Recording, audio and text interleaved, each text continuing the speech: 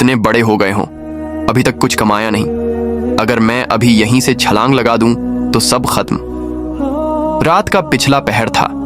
कमरे में बल्ब बुझ चुका था क्योंकि बिजली का बिल अदा करने के लिए पैसे नहीं थे। एक पुराना टूटा पंखा बेआज छत से लटक रहा था। चारपाई पर लेटा हुआ अहमद छत को घूर रहा था। नींद तो कपटी आंखों से उड़ चुकी थी। दिल के अंदर सिर्फ एक ही सवाल गूंज रहा था, या अल्लाह, ये सब मेरे साथ ही क्यों? अहमद की उम्र अभी सिर्फ 25 साल थी, मगर पिछले 2 साल से इसकी जिंदगी मुसलसल नाकामियों की जंजीरों में जकड़ी हुई थी।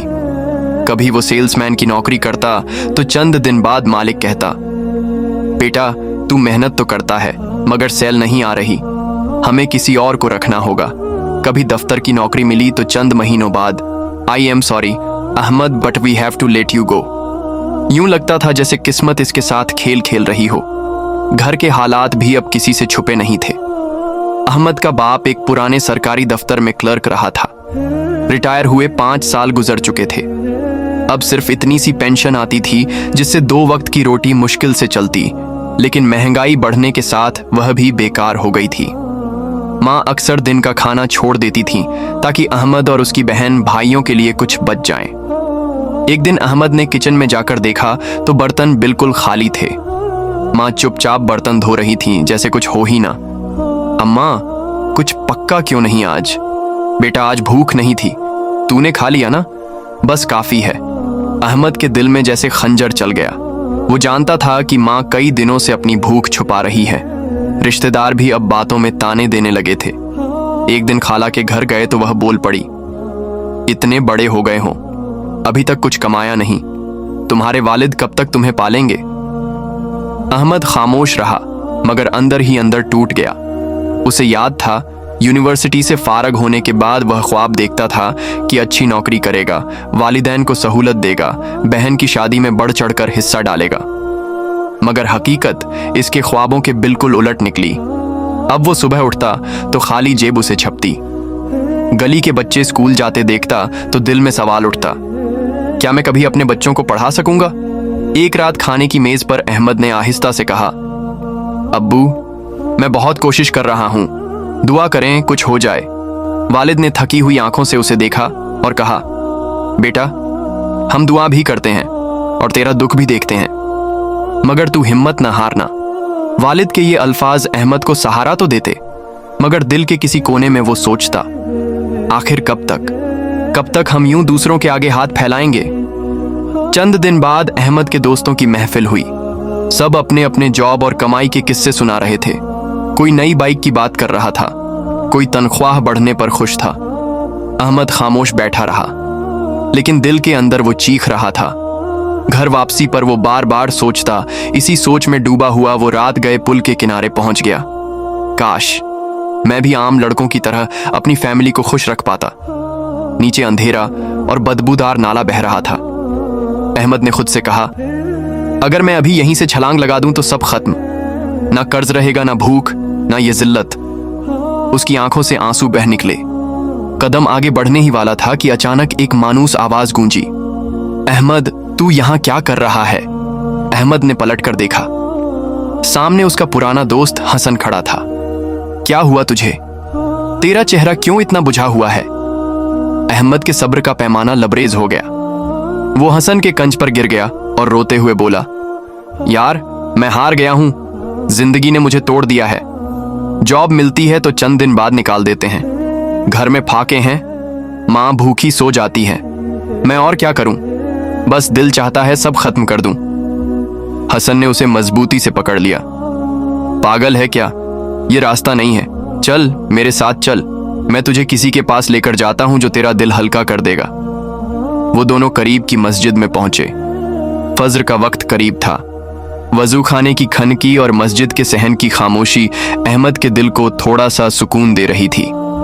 हसन उसे मस्जिद के इमाम साहब के पास ले गया। इमाम साहब नूरानी चेहरे वाले नरम लहजे के इंसान थे।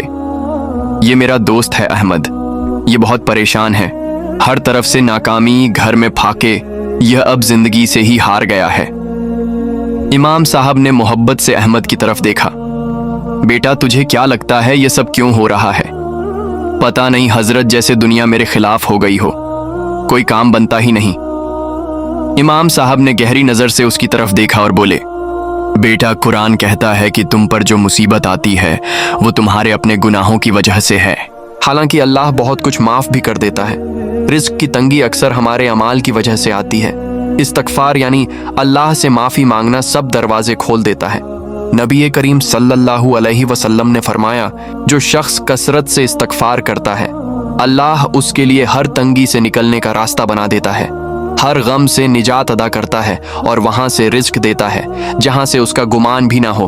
मगर हजरत, मैं तो गुनाह कब करता हूँ। गुनाह सिर्फ बड़े नहीं होते, कभी हम नमाज छोड़ देते हैं, कभी वालिदैन से तलखी कर लेते हैं, कभी झूठ बोल देते हैं। ये सब दिल पर बोझ बन जाते हैं।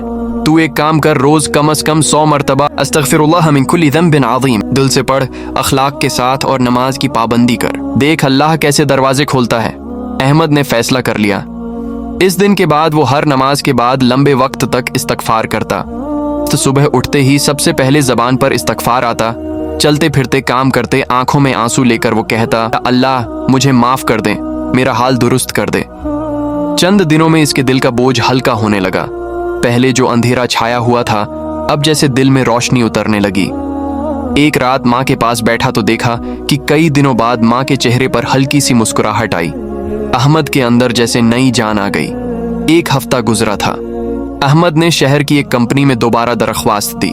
दिल में सोचा था शायद पहले की तरह इनकार होगा, मगर जबान पर इस्तगफार जारी रखा।